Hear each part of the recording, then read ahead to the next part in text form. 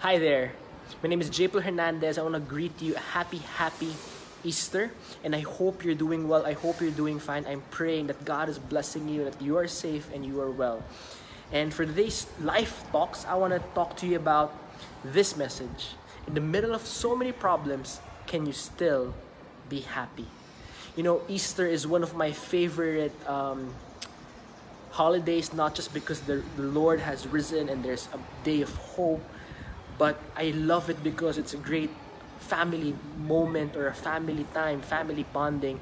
You see, for the last 8 years, we've been practicing Easter very differently. We would have Holy Week recollections, and then we would attend that or we would lead it, and then during the Easter day, we would have what you call a grand Easter feast. It's like an Easter celebration with our feast community, with our feast family. We usually do it in MOA Arena. Big, thousands of people come. I attend, and you know, we serve. It's really amazing. And then after that celebration, my family and I, you know, my brother, my mom, my dad, my wife, and then my in-laws, we would eat in a nice restaurant. We would usually have a buffet or just a good restaurant, and just that's how we would celebrate Easter every year. But this year, you know, I miss them. I can't see my parents. Why? Because we're in community quarantine, and I really miss my parents. It's really sad. You know, woke up, honestly, was not that excited because, you know, we won't be complete. We won't be together. We won't be celebrating Easter together. But does that mean that Easter is over? Does that mean that should I stop being happy? Does you know, does sadness or bad things, does it mean that, you know, there's a lack of joy, that life is over? Not really. It just means life is life, and there are bad things happening to us every single day, and there are things that we cannot control in life. And if there is something happening to you, something sad, something bad because of COVID or this lockdown, it's not because you're a bad person or you're being punished. It's just sometimes bad things happen, and in this season, this bad thing happened to everyone in this globe, in this world. So everyone's affected. Whether you're rich, you're poor, everyone's being affected. So, you know, wealth is not even a factor right now. As long as you're breathing, you're affected. But I'm making this message because I want to share hope to you. I want to share, you know, God's blessing to you. Is that okay? All right. So, Easter is also called Resurrection Sunday because that is the day when Jesus rose again from the dead, from 3 days of being dead. He rose again, he was resurrected, and he's the first person in history to be able to do it. He did not just heal people, he also resurrected himself from the dead because, you know, he is God. And when I was researching Easter, when you use the word Easter, just say the word Easter. Easter, if you research the meaning, the history, and it also says the meaning is spring and fertility. This is very important because what is fertility? What is spring? It means new life. So, for example, my wife is pregnant. It means we're fertile. We're creating life. And that Easter, every Easter Sunday, as a reminder that there is new things, there is new life coming to us every single year, every single week, every single month, every single day, every single hour. That means that your past does not define you. It doesn't mean that your old life determines what will happen to you. Every single day is a day for hope, a day for resurrection, a day for life. So why do we have to celebrate every year? Because every year we make mistakes. Every year we fall down. So every year we also need to stand up.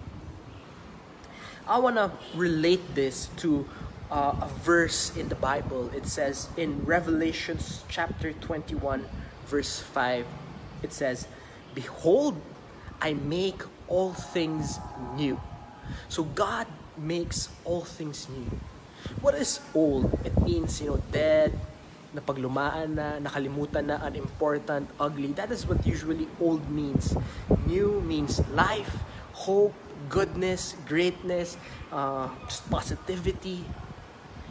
And if for the longest days, weeks, and months you've lost your hope, I want to remind you that in Revelation, God says, "Behold, I make all things new." As we celebrate Easter every year, God is reminding us that He makes all things new, that He is making our lives new. Every morning that you wake up is a bright reminder of Easter. It doesn't happen only on Sundays, only once a year, but Easter happens every year when you wake up. Easter is a symbol of new life, a reminder that you can be happy and that you should be happy because God is making new things every day in your life. You're not too old to be happy. But what if you're telling me, JPaul, I have a bad past? Is God done with me? No. Just yesterday, during our Easter online celebration, one of my closest friends, Attorney Pet Faitaren, was sharing that he was once an addict. He had a very sinful life. He had vices. He had many relationships. But one day he was searching for God. He was forced by his wife to, look for God.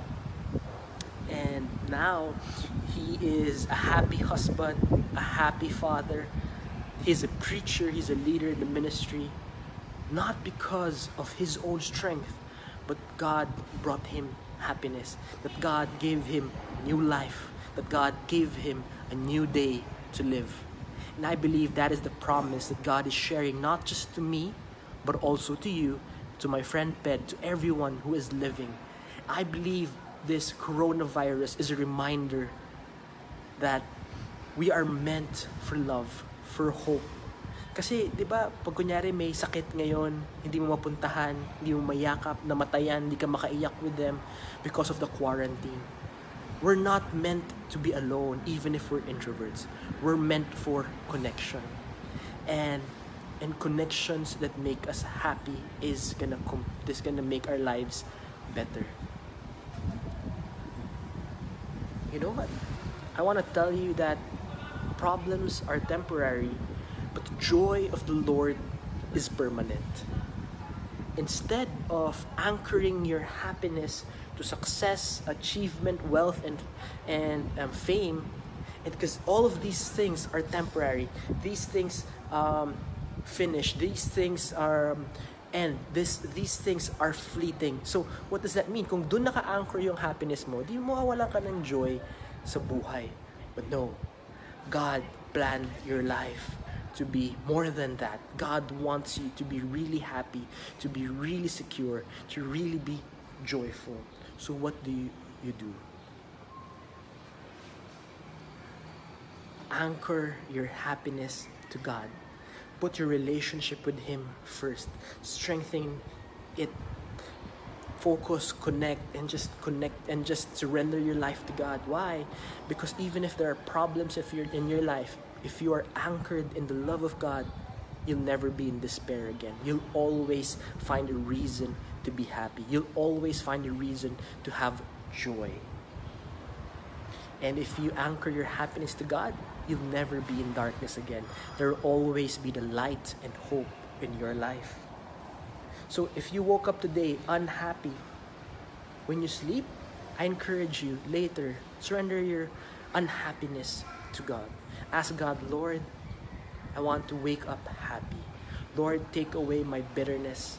Lord, take away my unforgiveness. Lord, take away my trauma. Surrender it all to God and tell God, expect with faith.